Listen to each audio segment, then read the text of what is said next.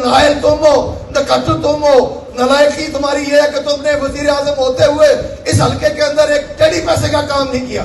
تم نے نہ سڑکوں کو کھڑا کیا، جاتلا سے لے کے جو بھمر تک بڑی روڈ بناتے نا، تم پل بنواتے، تم جو ہے وہ بھمر سے لے کے چڑیاولا تک ڈبل لائن سڑک بناتے، تم یہاں سے لے کے علی بیگ سے لے کے جب یہ موٹر وے بن رہا ہے تو وزیر اعظم پاکستان سے کہتے کہ یہاں پہ جو ہے وہ ایک بڑی سڑک ہمیں چاہیے، اس کے لیے جو جگو ہیڈ تک جائے گی اور یہاں کے لوگوں کو فائدہ پہنچتا.